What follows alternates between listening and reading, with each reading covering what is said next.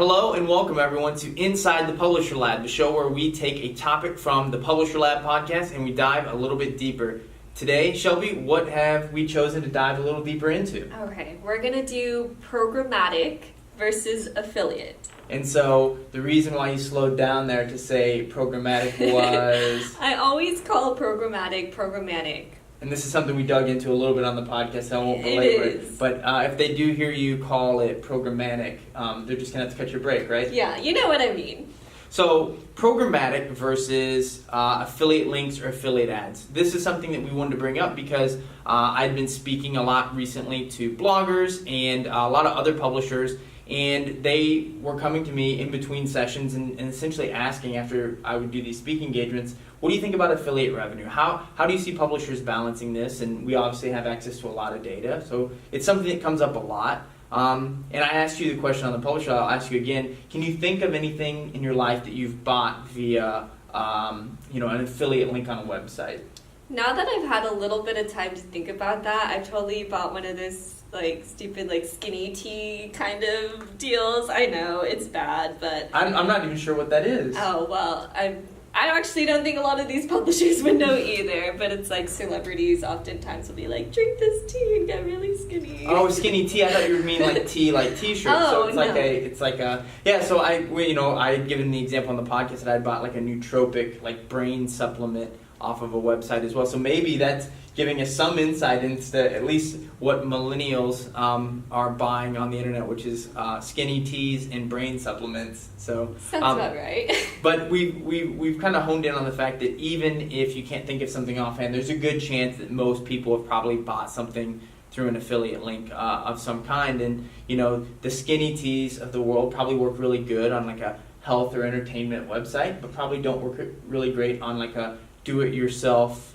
how to mend a fence blog or something like that, right? Yeah, could you give a couple more examples of websites or industries that kind of do really well with affiliate ads? Sure. So, it's all about finding that right balance. And I think one of the examples that we had given in a recent blog that I wrote kind of comparing these things and giving some numbers to some publishers that we've seen was a health and wellness site that had done a deal with Blue Apron, which...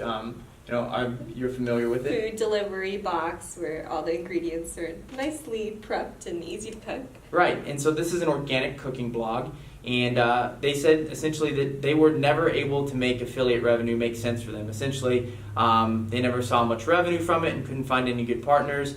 And then along came Blue Apron, and they were doing about $2,500 a month from a website that did a little under 500,000 page views per month. And obviously, those Blue Apron links are not on every article. And so that's some pretty decent affiliate revenue compared to what they were making before. And I would imagine that there are probably a number of sites that probably Blue Apron wouldn't work on. Right. When I hear affiliate, I often hear Amazon a lot, kind of coincides. So where does Amazon come into play with affiliate advertising? Right. So, someone like Blue Apron is obviously a brand, specifically applied to one thing. Amazon Affiliates is probably the largest affiliate network that's out there. It's very easy to apply. You can think of it as the AdSense of affiliate revenues. Okay. There's few websites out there that don't have access to it, and essentially it allows you to link Amazon products from an Amazon store to hyperlinks or link text on your website. And if the user then goes through and buys something from Amazon, you make a small commission. Very few publishers generate a lot of revenue from those widgets and kind of recommended items carts. In many cases, you're essentially allowing Amazon to advertise things on your site for free. Because you think about it, if I advertise what's a product that you would never buy on Amazon? Dog food. You would never... I don't know. One of these days, you're going to buy dog food on Amazon and you'll change your mind. But that being said, if you saw an advertisement for dog food, and even if you clicked on it, let's say, because you thought maybe you would change your mind and then at the last minute you didn't, you essentially clicked on an ad that the publisher will be paid $0 for, and they've shuffled you away from their site for no revenue.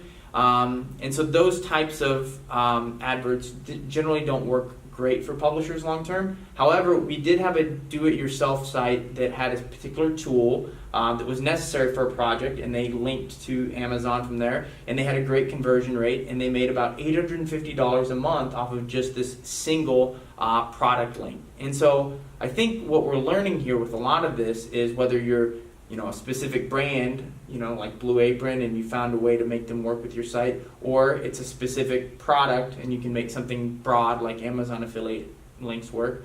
It's really the right tool for the right job in applying affiliates to your site. And so how do publishers balance programmatic? There we go. I knew we were going to get you at some point. So how do publishers balance programmatic with affiliate ads? Yeah, I think the getting display advertising or programmatic advertising to work on your site is pretty easy.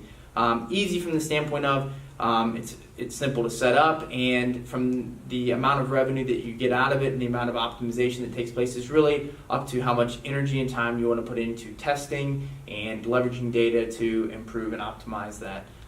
That said, affiliate advertising revenue is where you see this giant gap in between publishers that make a lot of money from it and very little from it.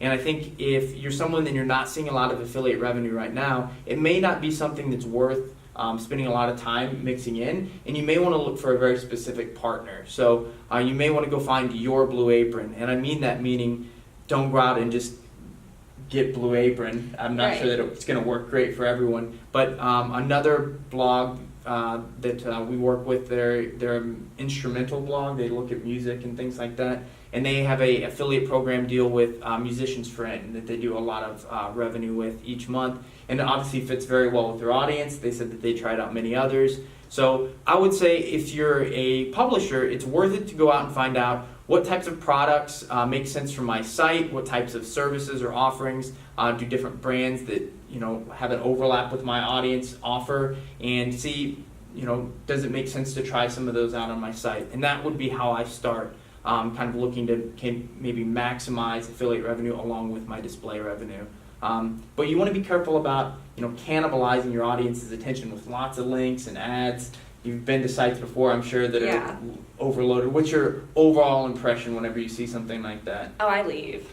I'm just so turned off by being overwhelmed with different. What do you think of the credibility of a publisher that maybe overloads the site with ads and affiliate links? For me personally, I'm just kind of this seems a little bit fishy when there's links to all these weird products that are totally irrelevant. I feel like they're just trying to make a buck off me.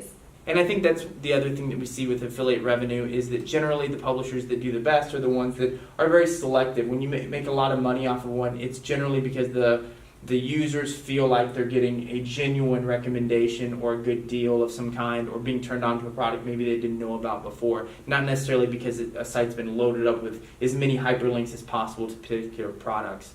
So I think that that's the real thing. And I would say also, don't be afraid to be opportunistic. Just because an affiliate program doesn't exist doesn't mean you can't exercise your entrepreneurial spirit and reach out to someone and say, listen, I think that there might be an opportunity for me to send you customers of some form or fashion. And then once you do that, perhaps they will want to do some kind of deal with you that could make sense. Yeah, but I think the key to that is you've got to know your audience before doing it. Yes. So. Yeah, 100%. You have to know your audience, and this is something we talk about a lot here on the Publisher Lab, and I think that wraps things up for us today on Inside the Publisher Lab. Shelby, do you have anything else for our audience? No, thanks for watching. Thanks for watching, and hopefully you've enjoyed this and will subscribe to the YouTube channel so you'll continue to get new episodes of Inside the Publisher Lab.